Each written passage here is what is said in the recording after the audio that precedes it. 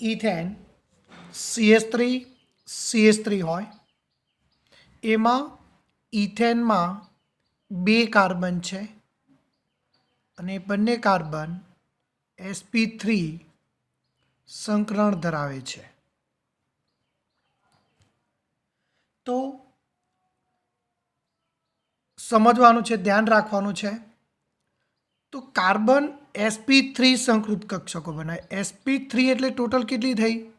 4. 1 2 3 અને 4. એ જ રીતે આ બાજુનો કાર્બનમાં પણ 4 હોય, પણ 4માંથી 1 કાર્બન સાથે સિગ્મા બંધ બનાવવા માટે વપરાશે અને આ રીતે બાકીની જોવા મળશે. અને અહીંયા જે વધ્યા 3 અને આ 3 એ હાઇડ્રોજનની 1s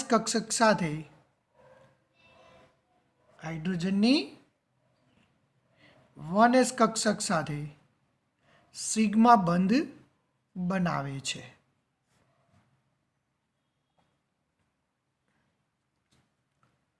તો આ રીતે ઇથેનમાં બંધ જોવા મળશે. એક કાર્બન વચ્ચે સિગ્મા અને 6 હાઇડ્રોજન સાથેના સિગ્મા બંધ જોવા મળે છે. એમાં CC બંધ લંબાઈ કેટલી હોય છે? તો 154 પિકોમીટર. CH બંધ લંબાઈ 109 પિકોમીટર અને બંધ કોણ બધા sp3 હોય તો 109.5 જોવા મળે છે. તો આ વાત થઈ ઇથેનમાં ટોટલ 1 2 3 4 5 6 7 સિગ્મા બંધ જોવા મળે છે. હવે એ જ રીતે ઇથિન માટે જોઈએ. ઇથિનમાં પણ 2 કાર્બન છે. બંને કાર્બન sp2 સંકરણ ધરાવે છે. sp2 સંકરણ એટલે ટોટલ કેટલી કક્ષકો થઈ? 3. કાર્બનની 3 કક્ષકો.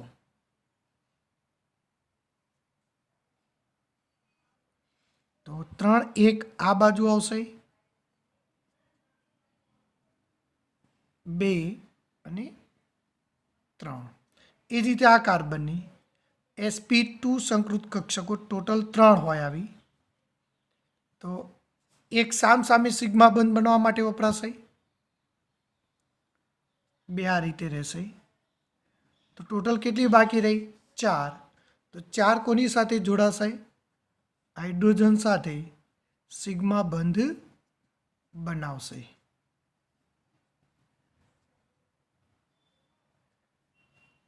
હવે તમારે બંધ હંમેશા આ રીતે યાદ કરી લેવાનો, એટલે બંધારણ દોરવામાં તમને સરળતાથી સમજાય. 1 2 3 4 5 સિગ્મા બંધ હોય અને 1 પાઈ બંધ હોય. હવે પાઈ બંધ કોણ બનાવશે? તો આમાં બાકી રહેલી કક્ષક. પહેલાં આપણે આનું દોરી કાઢીએ. આમ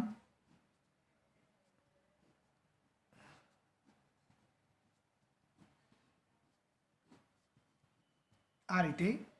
હવે આ જો કાર્બનની ઇલેક્ટ્રોન રચના શું હતી? 1s2 2s1 2px1 2py1 2pz1 થાય આ રીતે. પણ આનું સંકલન થયું, આનું. તો આ કક્ષક બાકી રહી. આ જે બાકી રહી એ શું કરે? પાઈ બંધ બનાવે. આની બાકી રહી, એક આની બાકી રહી. આમ જો. અને આ એકબીજામાં સમિશ્રણ પામે. 2px લો 2px એકબીજામાં સમિશ્રણ પામશે અને પાઈ બંધ બનાવશે. એટલે કે 1 2 3 4 5 સિગ્મા બંધ બનશે અને એક પાઈ બંધ જોવા મળશે. આની બંધ લંબાઈ કેટલી? તો પેલાની 154 હતી, એનાથી 20 ઓછી, તો 134 પિકોમીટર. CH બંધ લંબાઈ કેટલી? પેલાની 109, તો આની 108 પિકોમીટર. ખૂણો કેટલાનો આવશે? તો SP2 હોય તો ખૂણો 3 120ના હોય. કેટલા હોય? 120ના. પણ આ પાયબંધનું અહીંયા અપાકર્ષણ થાય છે આમ, એટલે આ બે નાની બનશે, આમ દબાશે. આ જે છે આમ દબાશે, એટલે આમ નાની થશે, એટલે 120ને બદલે તેનો બંધ કોણ ઘટીને 117.6નો થાય છે અને આનો બંધ લંબાઈ 121 પિકોમીટરનો બને છે. તો આ વાત કરી ઇથિન માટે. એ જ રીતે આ જ વસ્તુ ઇથાઇનમાં પણ તમને જોવા મળશે. તો ઇથાઇનની ચર્ચા કરીશું.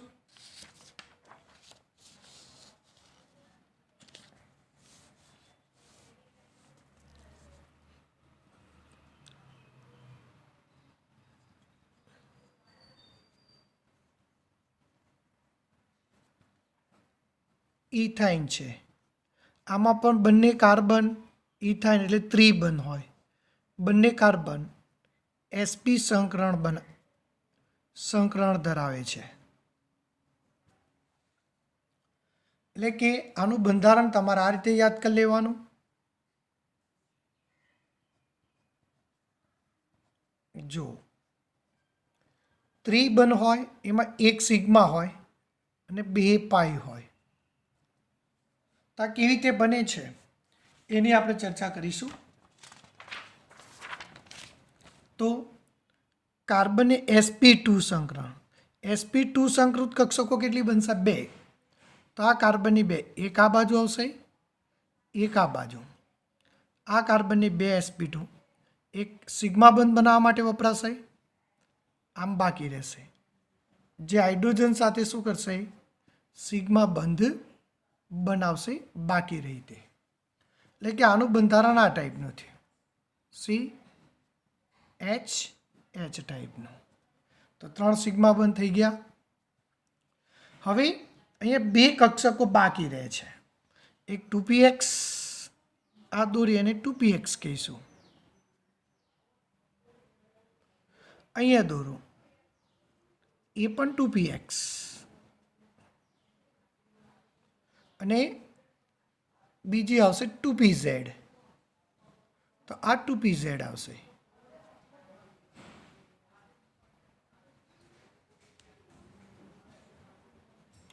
તો આ અહીંયા સમિશ્રણ પામશે આ રીતે અને આ અહીંયા સમિશ્રણ પામશે આ રીતે. જુઓ,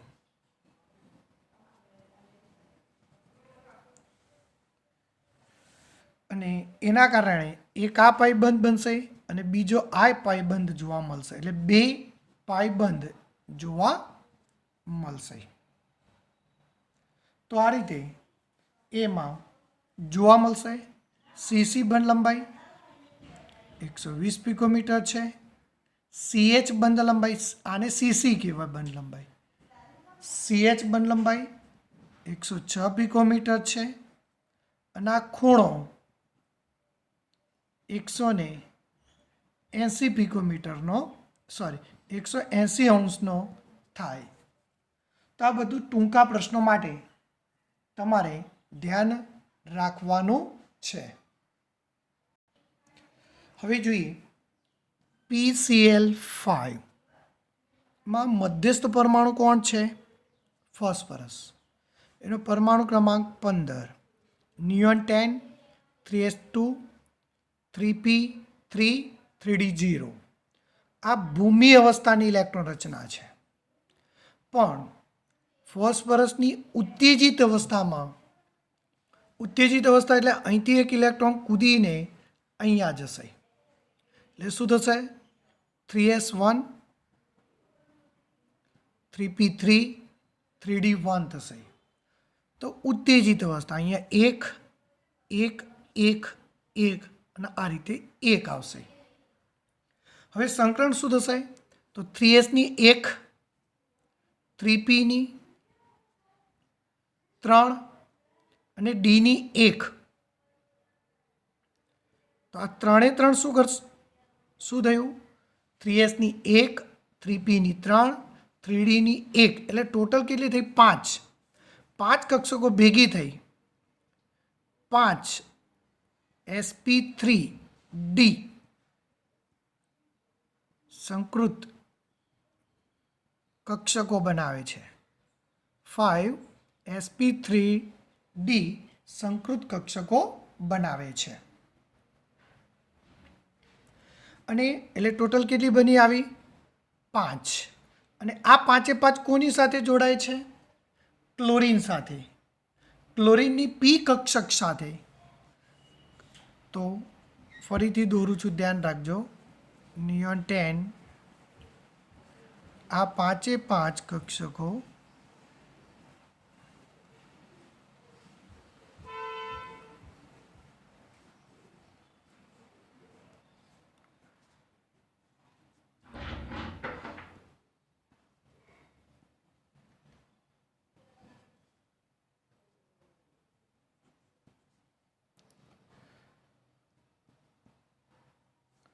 તમે આ સંકૃત 5 કક્ષકો છે. આ 5 એ 5 શું કરશે? તો ક્લોરીન સાથે સિગ્મા બંધ બનાવશે. શું કરશે? ક્લોરીન સાથે શું કરે? સિગ્મા બંધ બનાવે છે.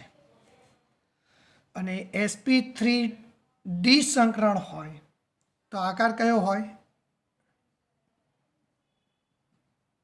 ત્રિકોણીય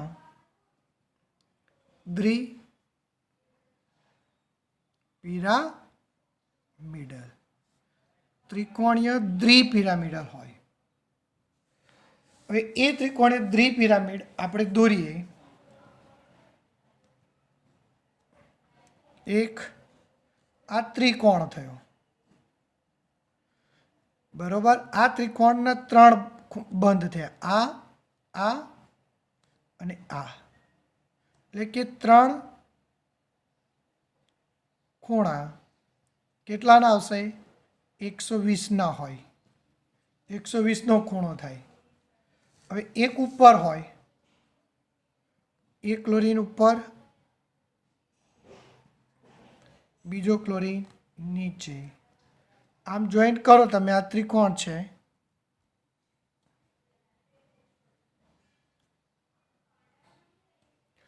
આની સાથે આમ જોઈન્ટ કરો તો ત્રિકોણીય દ્વિપિરામિડ મળશે. આ ખૂણો 90, 90, આ બાજુ 90 અને આ બાજુ નીચેથી પણ 90. એ ટોટલ 6 ખૂણા 90ના બનશે.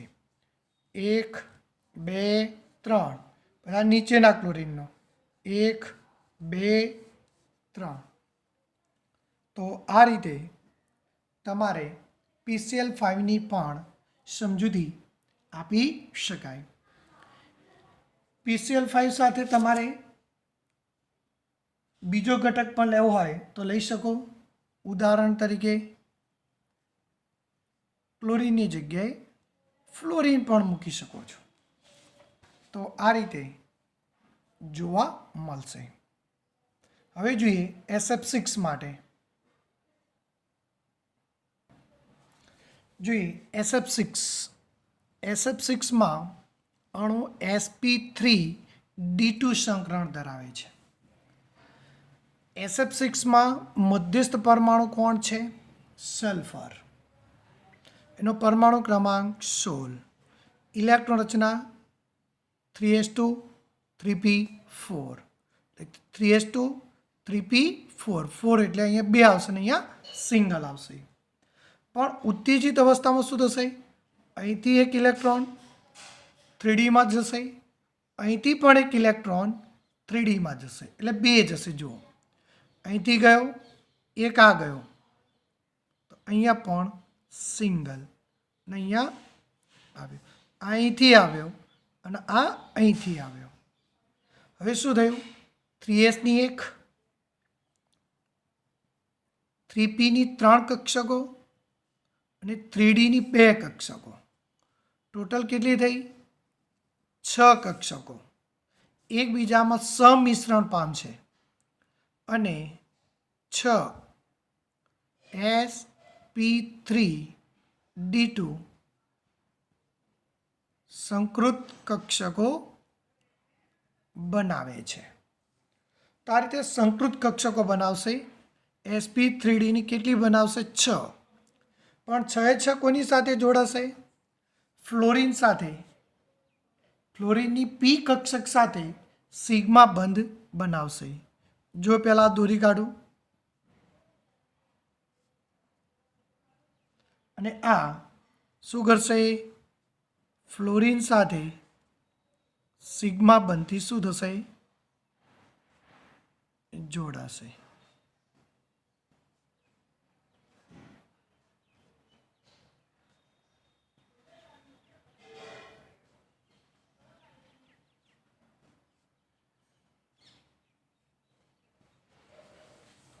તો આ રીતે તમને 6 સિગ્મા બંધ જોવા મળશે. અને અહીંયા સંકલન કયું છે? sp3d2. તો આનો આકાર કયો હોય? અષ્ટફલકીય. કેવી રીતે દોરાય એ જોઈએ. ફ્લોરિન 4 ખૂણા પર હોય, વચ્ચે સલ્ફર, એક ઉપર સલ્ફર, એક નીચે સલ્ફર. ટોટલ 6 થયા. તો આ રીતે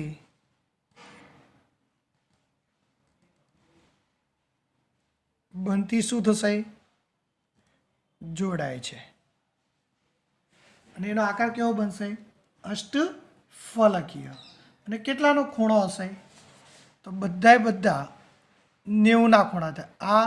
આ અહીંથી આમ લેશો, આ લંબ હોય તો બધા ખૂણા 90ના થાય. અને બધી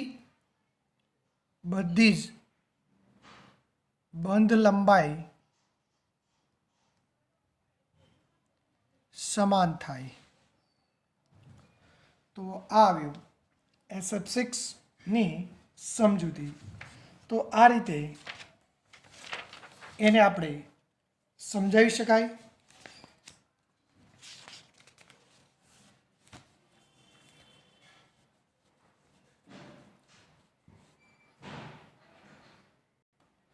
ચલો વિદ્યાર્થી મિત્રો, હવે એક નવો વાદની ચર્ચા કરીશું, જેનું નામ છે આણ્વીય કક્ષકવાદ.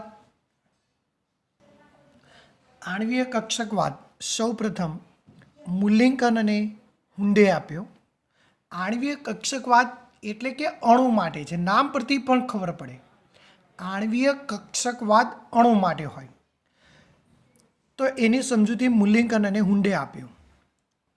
એને સમજાવ્યું કે આણ્વીય કક્ષકવાદ એ પરમાણ્વીય કક્ષકવાદ જેવું જ છે.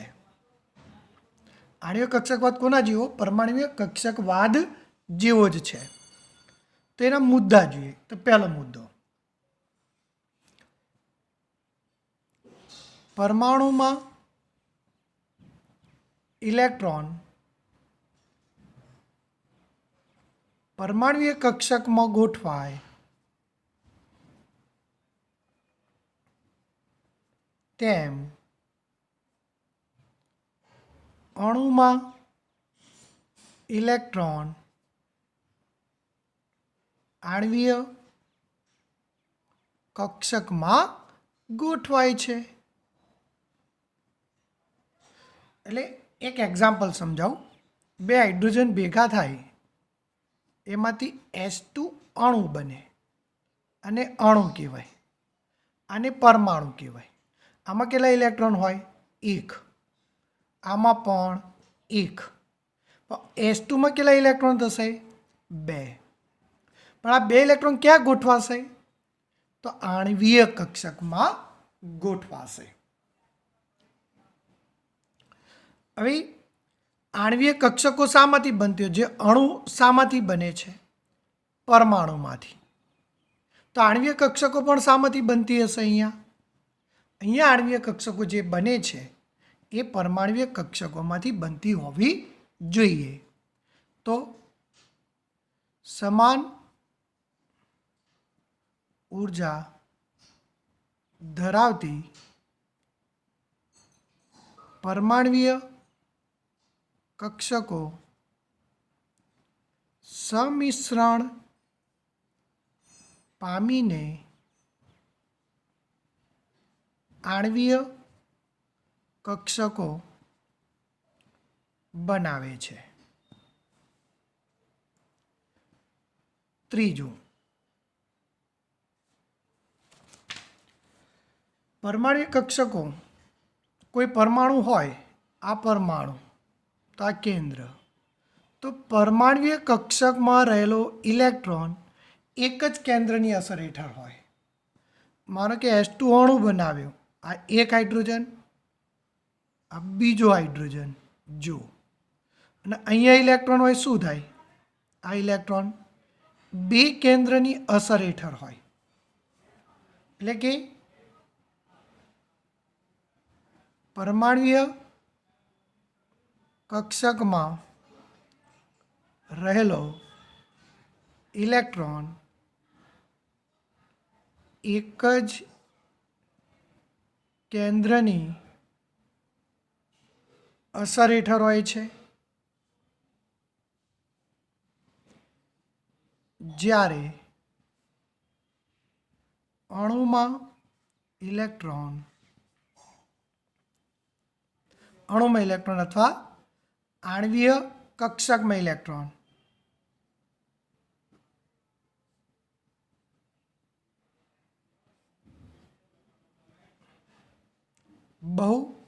બહુ એટલે વધારે, બહુ પરમાણ્વીય, બહુ કેન્દ્રની અસર હેઠળ હોય છે.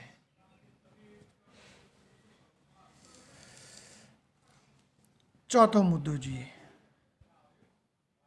જેટલી પરમાણ્વીય કક્ષકો સમિશ્રણ પામે તેટલી જ આણ્વીય કક્ષકો બને છે.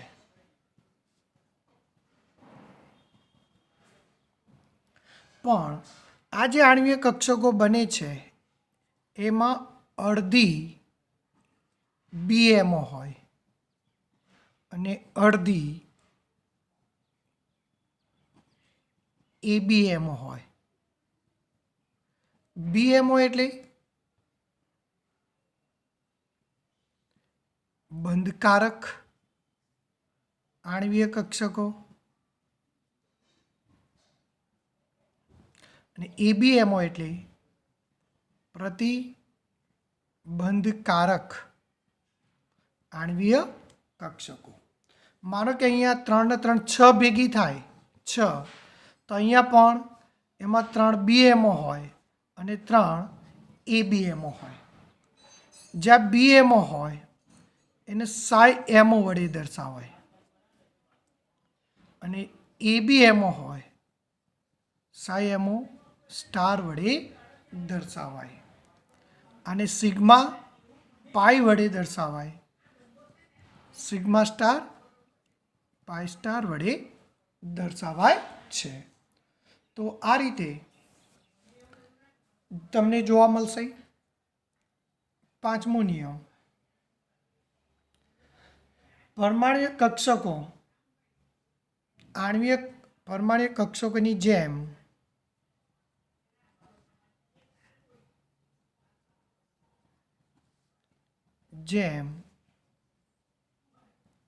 આણ્વીય કક્ષકોને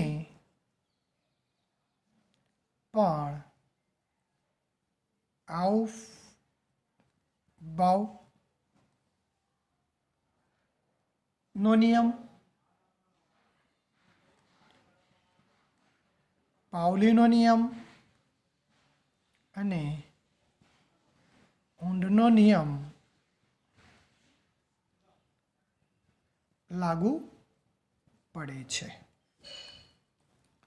તો આ આણ્વીય કક્ષકવાદના થિયરીના 5 મુદ્દા છે, એ તમારે યાદ રાખવાના છે.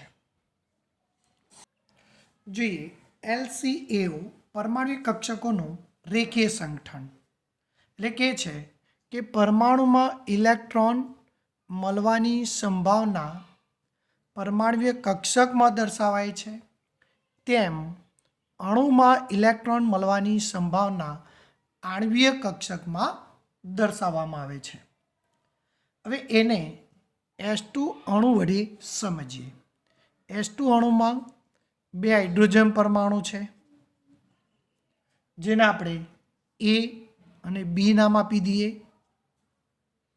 જેમના પરમાણ્વીય કક્ષકો psi A, psi AB નામ આપી દઈશું. એટલે પરમાણ્વીય કક્ષકો તરંગ વિધેય તરીકે ઓળખાય. આનું તરંગ વિધેય psi A, આનું તરંગ વિધેય psi B છે. એ એકબીજામાં મિશ્ર થઈ S2 અણુ બનાવે છે.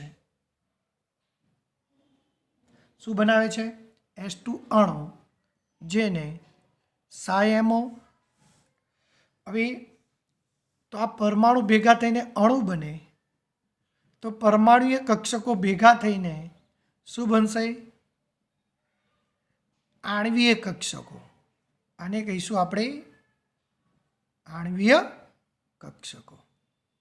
પણ આણ્વીય કક્ષકો 2 બને, આપણને ખબર છે. આ 2 ભેગી થઈ તો 2 જ બનશે. એમાં એક અડધી ABMO એટલે એને psi-MO પણ કહેવાય, જેને સિગ્મા કહેવાય. પણ એટલે કે બંધકારક આણ્વીય કક્ષકો. તો બંધકારક આણ્વીય કક્ષકો ક્યારે બને? તો પરમાણ્વીય કક્ષકોના પૂરક પ્રકારના સમિશ્રણથી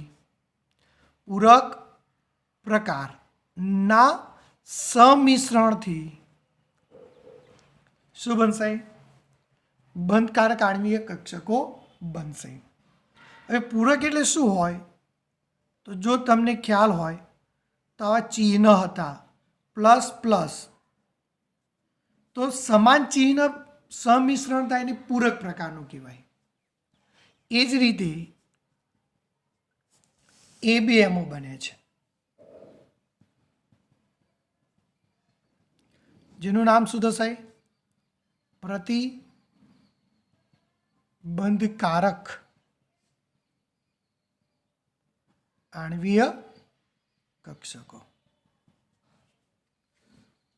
જેને કહીશું psi-MO સ્ટાર.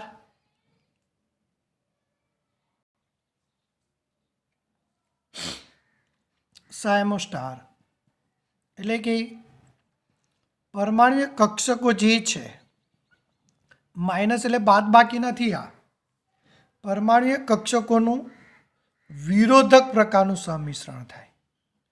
વિરોધક પ્રકારના સમિશ્રણથી psi-MO સ્ટાર બને છે. વિરોધક એટલે એક પ્લસ અને એક માઇનસ હોય તો એને વિરોધક તરીકે ઓળખી શકાય.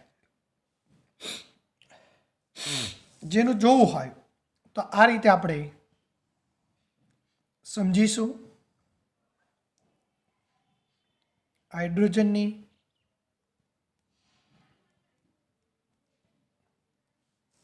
પરમાણ્વીય કક્ષકો,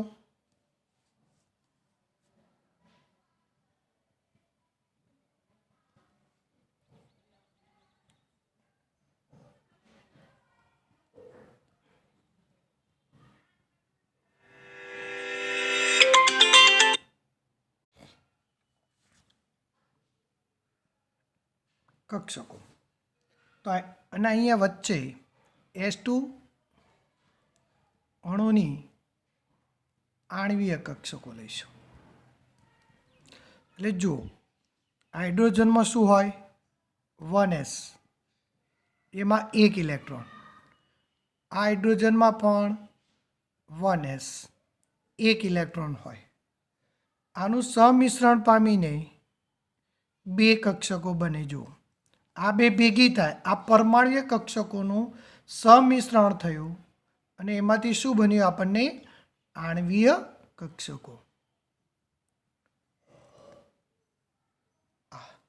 આને કહીશું સિગ્મા 1s, આને કહીશું સિગ્મા 1s સ્ટાર.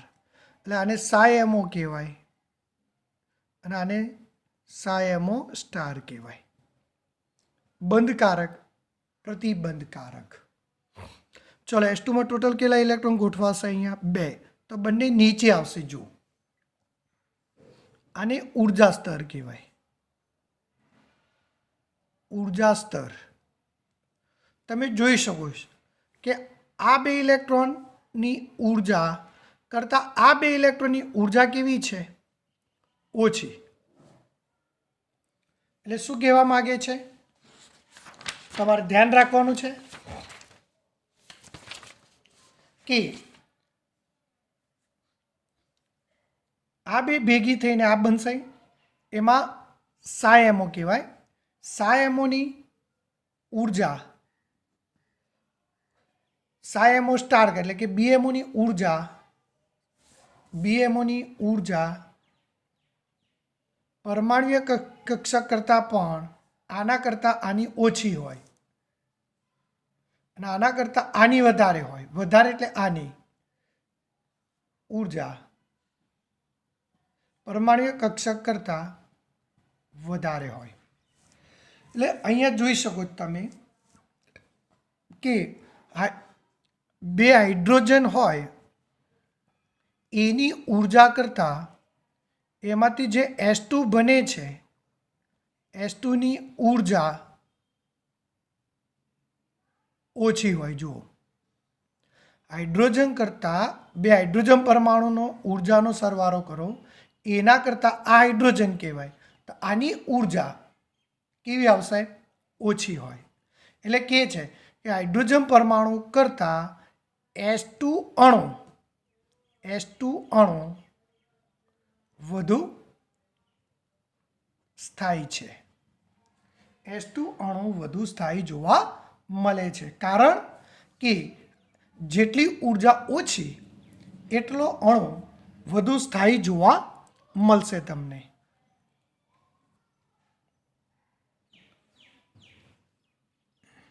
પરમાણ્વીય કક્ષકોની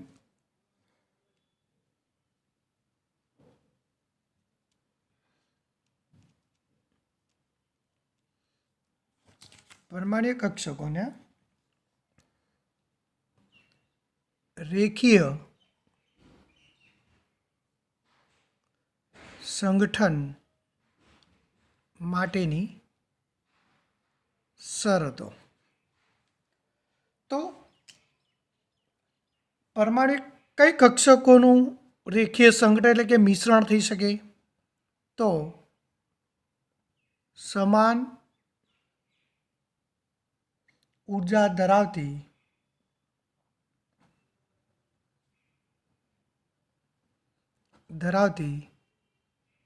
પરમાણ્વીય કક્ષકોનું સમિશ્રણ થઈ આણ્વીય કક્ષકો બને છે. એટલે કે 1s સાથે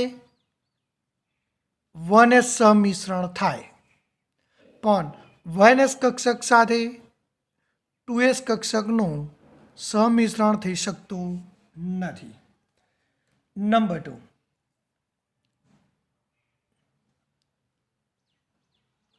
સંયોજાતી અથવા સમિશ્રણ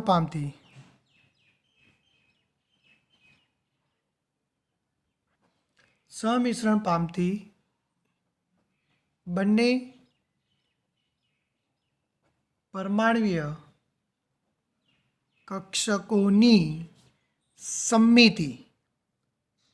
કક્ષકોની સમમિતિ સમાન હોવી જોઈએ, એટલે કે બંને કક્ષકોનું સમિશ્રણ એક સરખું થવું જોઈએ અને સમિશ્રણ પણ મહત્તમ માત્રામાં થતું હોવું જોઈએ.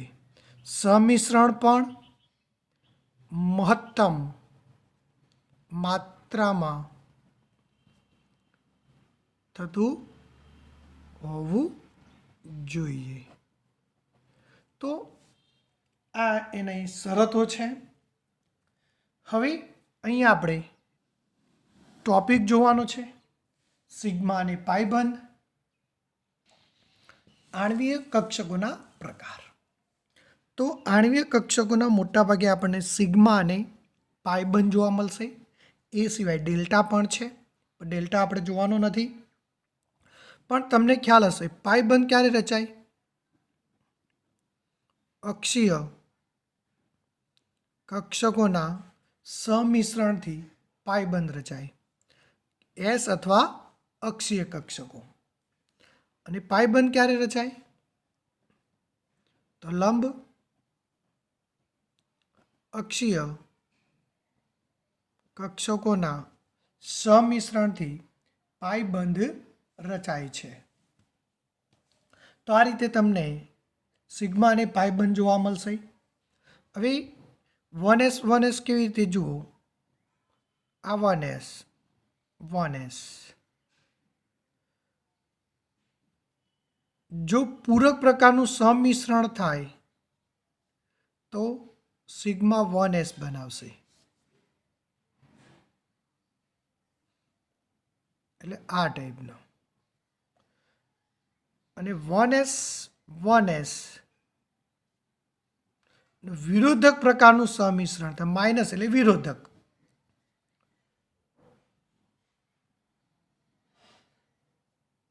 તો એને કહીશું આપણે સિગ્મા 1s સ્ટાર અથવા સાઈ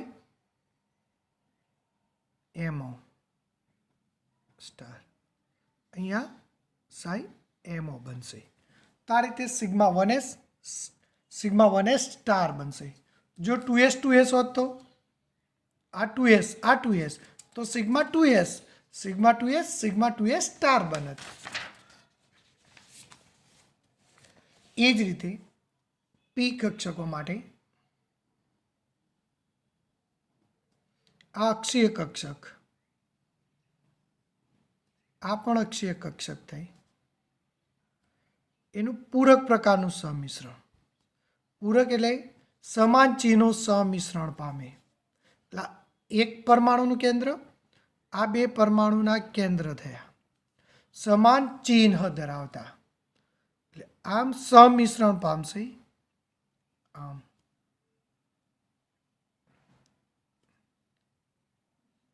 અને આ બંને બાજુ માઇનસ આવશે. તો આને કહીશું આપણે સિગ્મા 2pz. શું કહીશું? Sigma 2pz. પણ આ જ વસ્તુ આ જે છે એ 2pz છે. 2pz એટલે અક્ષીય કક્ષક કહી શકાય. હવે એ જ રીતે આ અક્ષીય કક્ષકોનું વિરોધક પ્રકારનું સમિશ્રણ હોય.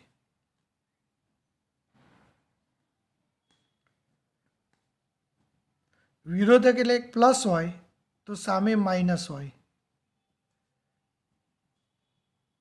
તો વિરોધક પ્રકારનું સમિશ્રણ હોય પ્લસ માઇનસ, તો શું થશે? બંને એકબીજાથી દૂર ધકેલશે. એટલે આ ભાગ મોટો થશે, આનું અપાકર્ષણ કરે એટલે આ ભાગ મોટો થાય.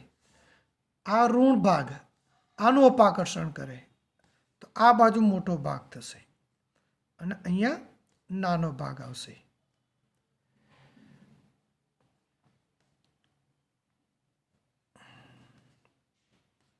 તો આ રીતે જે બનશે એને સિગ્મા 2pz સ્ટાર કહેવાય. તો આ રીતે સિગ્મા 2p અને સિગ્મા 2p મળશે તમને. એ જ રીતે લંબઅક્ષીય કક્ષકોનું સમિશ્રણ કરો. જો પૂરક પૂરક પ્રકારનું કરો.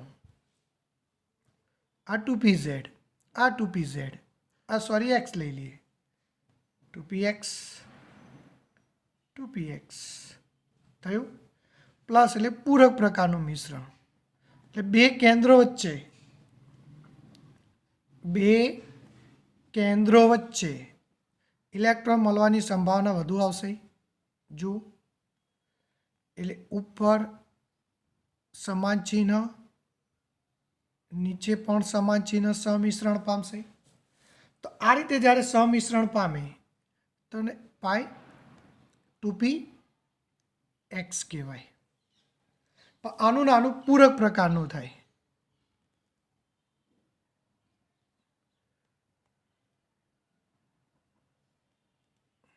આ વિરોધક પ્રકારનું. પ્લસ હોય તો પૂરક કહેવાય. આ પ્લસ માઇનસ, આ માઇનસ પ્લસ. જો ઉલટું કર્યું દેખાઈશ. હવે આ સમિશ્રણ પામે તો શું થશે? આનો પાછું આમ ધકેલશે, અપાકર્ષણ કરશે. આનું આ અપાકર્ષણ કરશે, આનું આ અપાકર્ષણ કરશે. થયું. Plus minus, minus plus. તો આ જે બન્યું એને કહીશું પાઈ 2px સ્ટાર.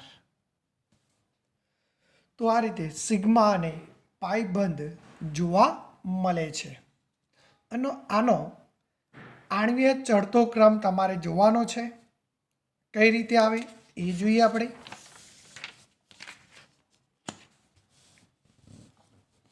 તો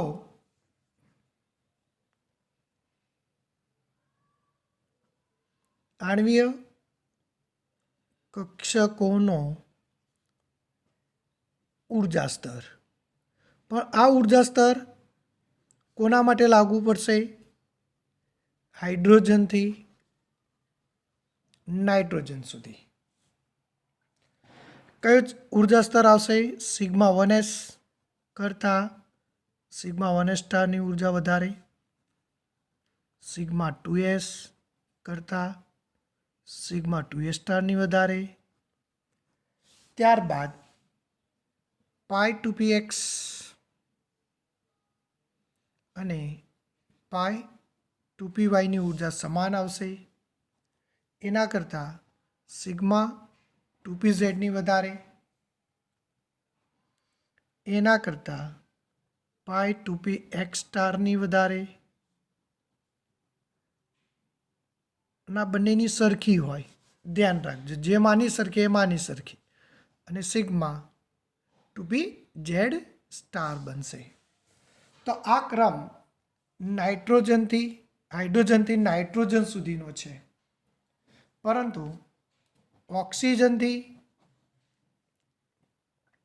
નિયોન સુધીનો ક્રમ તમારે લેવો હોય ચિતાર દોરવા માટે, તો આ ક્રમ ઉલટાવવાનો. આ બંનેને આ અહીંયા જશે, આ અહીંયા આવશે. આ અહીંયા જશે, આ અહીંયા આવશે. એ જ્યારે ચિતાર દોરીશું ત્યારે તમે એને સમજી શકાશે અને તમને ખ્યાલ આવશે. તમે જોઈ શકો છો, ચોપડીમાં પણ બતાવો એટલે તમને વધારે ખ્યાલ આવે.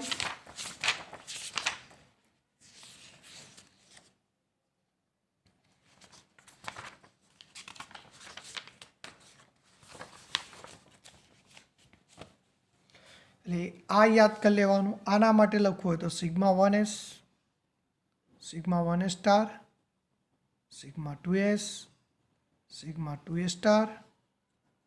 પછી અહીંયા સિગ્મા 2pz આવે, આ પાછળ આવે પાઈ 2px, પાઈ 2py, પાઈ 2px સ્ટાર બરાબર પાઈ 2py star, sigma 2pz star. જો આ લખે ને સ્ટાર વગરના છે, દેખાઈશ.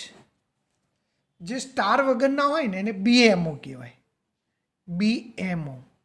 અને સ્ટારવાળા હોય એને શું કહેવાય? આ સ્ટારવાળા એને ABMO કહેવાય. આમાં ઇલેક્ટ્રોન હોય ને એને બંધકારક આણ્વીય કક્ષકો કહેવાય, NB કહેવાય. અને આમાં જે ઇલેક્ટ્રોન હોય એને Na કહેવાય.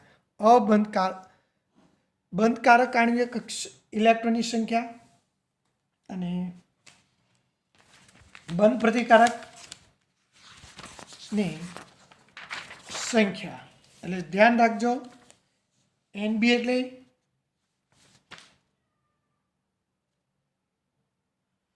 બંધકારક કક્ષકમાં રહેલા ઇલેક્ટ્રોન, BMમાં રહેલા ઇલેક્ટ્રોન, Na એટલે ABMO એટલે સ્ટારવાળામાં રહેલા, BMO એટલે સ્ટાર વગરમાં રહેલા ઇલેક્ટ્રોનની સંખ્યા. તો આ રીતે જોવા મળશે. હવે ઘણીવાર તમને BMO અને ABMOનો તફાવત પૂછે છે. તો તફાવત તમારે જાતે કરવાનો, કશું છે નહીં, પણ યાદ કરી લેવાનું. નામ આવડતા હોવા જોઈએ. શોધવાનું બંધકારક આણ્વીય કક્ષકો, બંધકારક પરમાણ્વીય કક્ષકો. ચલો, પ્રતિબંધકારક. બંધકારક આણ્વીય કક્ષકોની ઊર્જા પરમાણ્વીય કક્ષક કરતાં પણ ઓછી હોય. પ્રતિબંધકારક આણ્વીય કક્ષકોની ઊર્જા પરમાણ્વીય કક્ષકો કરતાં વધારે હોય છે. પહેલો તફાવત, આનું તરંગ વિધેય psi-mo છે, આનું તરંગ વિધેય psi-mo સ્ટાર છે. આની આણ્વીય કક્ષકો સિગ્મા અને પાઈ વડે દર્શાવાય. આની આણ્વીય કક્ષકો સિગ્મા સ્ટાર, પાઈ સ્ટાર વડે દર્શાવાય. અહીંયા બે કેન્દ્રો વચ્ચે ઇલેક્ટ્રોન મળવાની સંભાવના મહત્તમ છે અને બે કેન્દ્રો વચ્ચે ઇલેક્ટ્રોન મળવાની સંભાવના ઓછી હોય છે. તો આ રીતે તફાવત પણ તમે જોઈ શકો છો અને સમજી શકો છો. એટલે આ તમારે ધ્યાન રાખવાનું છે.